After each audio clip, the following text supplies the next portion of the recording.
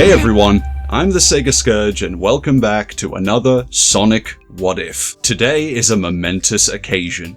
I'm honored to bring you what might be the greatest Sonic What If ever. Nothing before or after could possibly come close to this.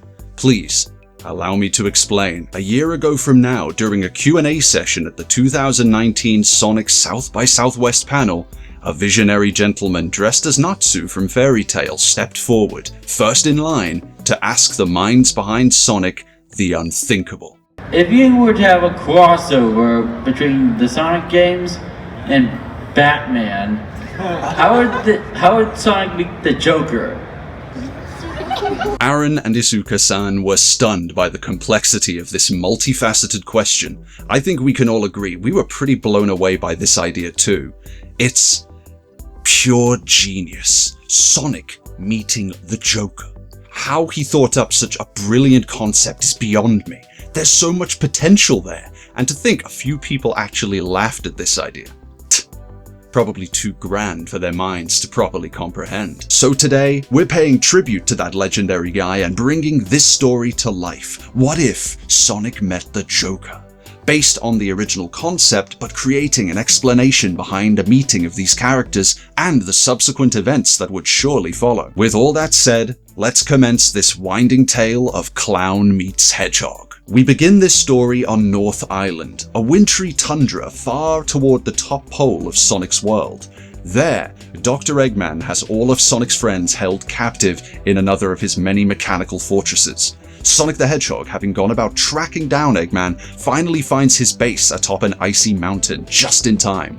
The Doctor has managed to gather all 7 Chaos Emeralds and reacquired the Phantom Ruby, planning on using them in tandem to create a gateway into another dimension, throwing Sonic and his friends into parts unknown and paving an unhindered way to world domination. Sonic is too quick, however, and begins to plow through Eggman's defenses. In a panic, Eggman activates his machine and a swirling purple rift begins to open. But as it does, Sonic busts into the room and smashes into the Doctor's terminal, disrupting the process. However, the portal doesn't close. The Chaos Emeralds continue to react with the Phantom Ruby. Amethyst electricity erupts in all directions, and a doorway to somewhere else begins to tear open. From the portal comes forth a pale-faced, green-haired man in a gaudy purple suit. It's the Joker, who laughs maniacally and looks around Eggman's base, tickled by his arrival in another reality. What's going on here? Theodore Roosevelt and a blue Mickey Mouse with shoes from the Thriller album? Ain't this a gag? Sonic and Eggman are dumbfounded by the quirky, ostentatious jester and step up to confront him, but the Joker is unamused by their seriousness, taking out a gun in response and aiming it at Eggman's head. Joker squeezes the trigger, revealing it to be but a water pistol. The jet of water sprays onto the Doctor's computers and sparks begin to fly in all directions, some landing in a puddle of fuel nearby. The fuel ignites, and a trail of fire flows back to the source, a huge gas tanker. Sonic attempts to grab Eggman before it explodes, but he's too late, and they're both caught in the ensuing blast. The explosion sends the unconscious Sonic and Eggman out of the window, falling down the mountain to the icy river below. In what seems like only moments, Sonic slowly comes to, realizing that chunks of ice have formed around his body and he's floating in the creek.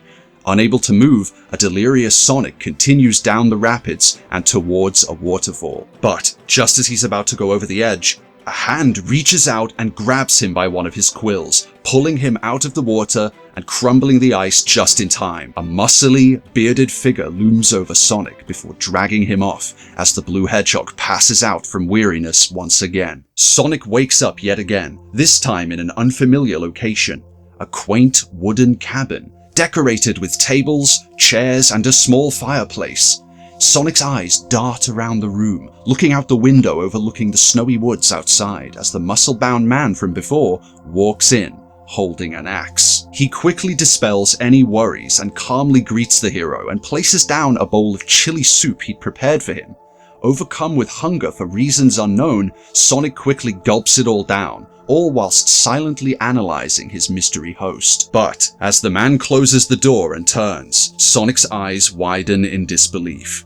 This brawny, unshaven hermit who's cared for him over what must have been days is in fact Dr. Eggman. Sonic zips to his feet on guard, smarmily shaming the doctor for such a ploy and asking what's going on. However, Eggman professes his innocence and reveals a shocking truth. Sonic, you may find this hard to believe, but you've been trapped in the ice for quite some time.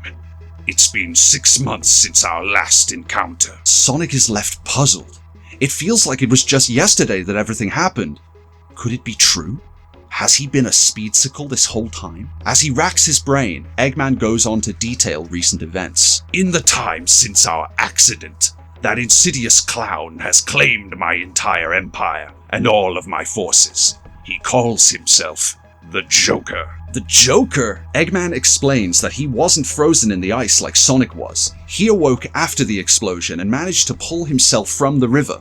In fact, he actually went to confront the Joker only moments after the initial incident, but was blocked off time and time again by a mysterious green and purple blur. Since then, the Doctor has begrudgingly accepted defeat and settled down here in the Alps of North Island. His banishment has forced him out of his comfortable lifestyle and molded him into a survivalist, chopping down trees, catching fish, and foraging in seclusion.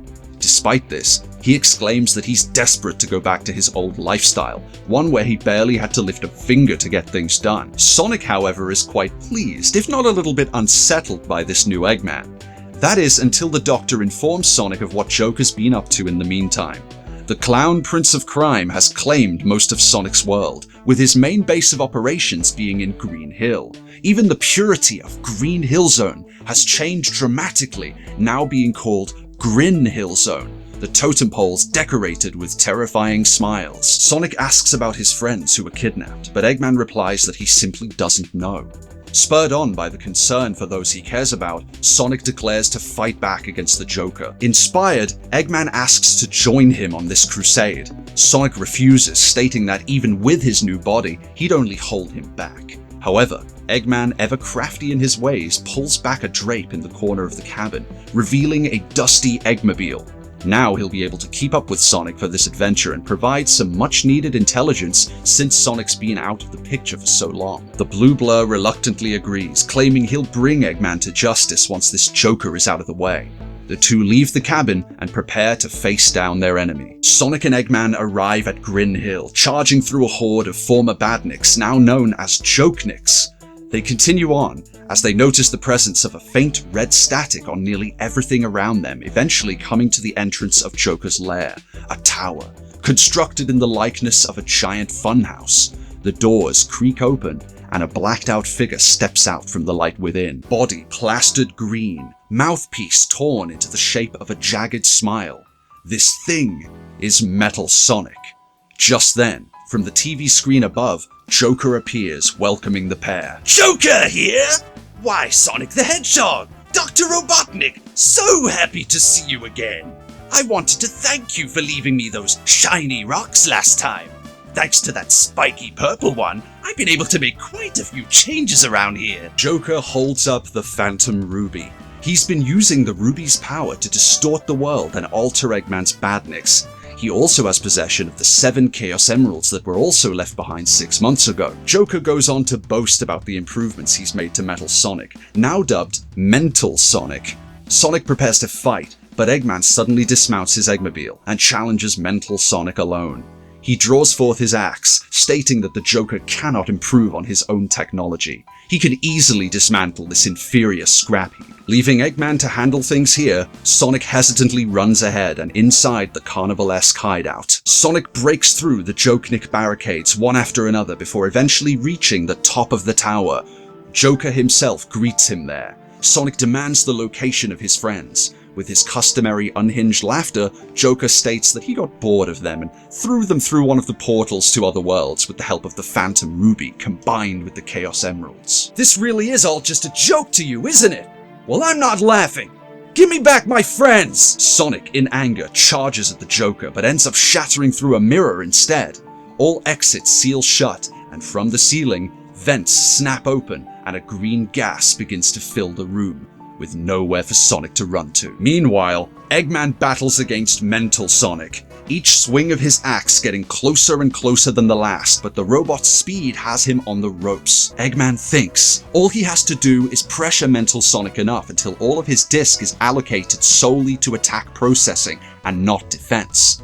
As Mental Sonic knocks Eggman away and flies in for a finishing blow, the Doctor takes his opportunity, pressing a button on his wrist and remotely controlling his Eggmobile. The contraption flies and slams into Mental Sonic from the side and smashes him into the wall. Mental Sonic powers down and Eggman laughs to himself. He then limps over and plugs a wire into Mental from the remains of his Eggmobile. Studying the robot's recorded data, the Doctor sees all the actions Joker has made since he took over. This includes Joker's latest plan, taking over the chemical plant and using it to begin mass production of Joker toxin. Back inside the tower, Sonic tries desperately not to breathe in the gas while Joker laughs on the monitor. Suddenly, the sealed door behind Sonic explodes and Mental Sonic stands there. He uses his jet engine to absorb the green gas, which then combusts and fuels him.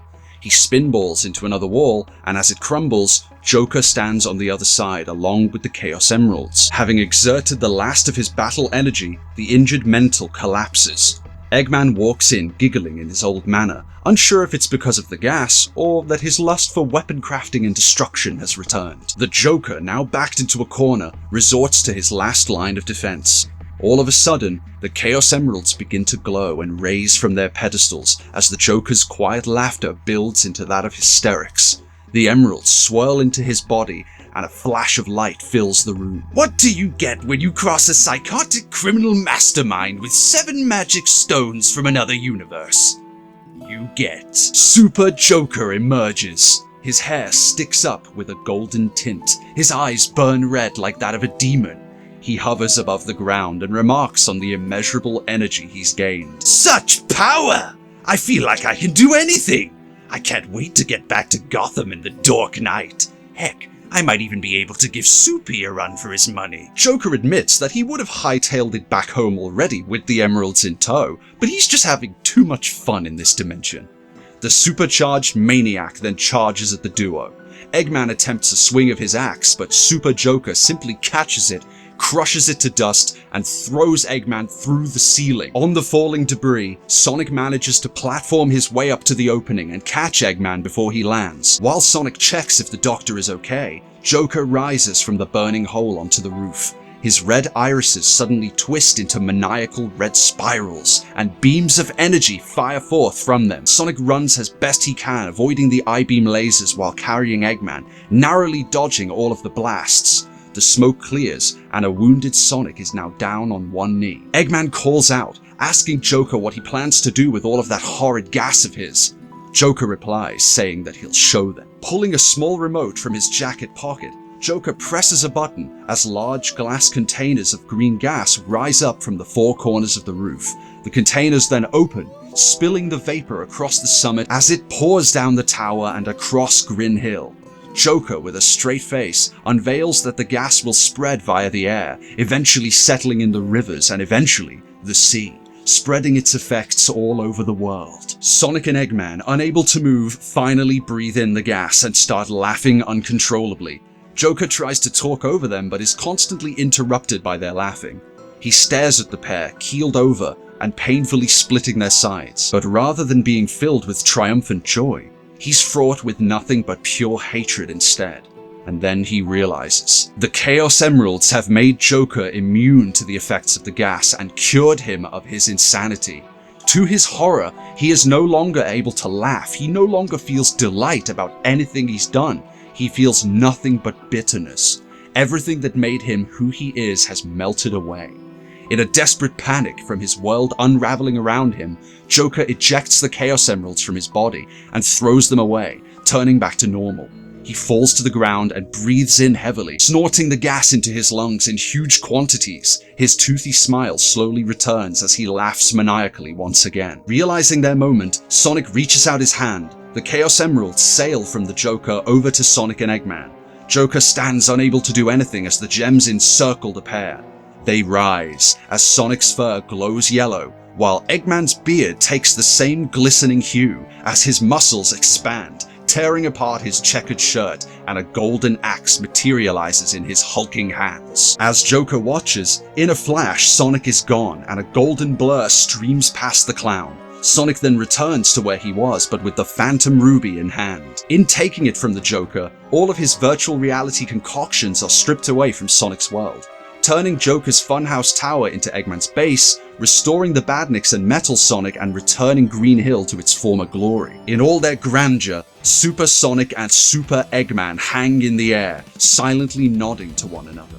Then, the super scientist approaches the Joker, while our Hedgehog hero heads down the side of the tower to ground level. Once there, Super Sonic takes off up the tower again, revolving around the structure at incredible speed, and as he does so, he produces a vacuum. All the Joker gas that had gone down the tower is now being pulled back up. The gas spins, creating a giant green vortex around Joker's base. At the same time, Super Eggman contends with the cackling fool. As he flies up to him, Joker squeezes the flower on his suit, spurting a gush of searing acid into the Doctor's face. But Super Eggman merely wipes it away, the corrosive substance having no effect on him. He then takes hold of his mighty hatchet and calls out, "Chaos!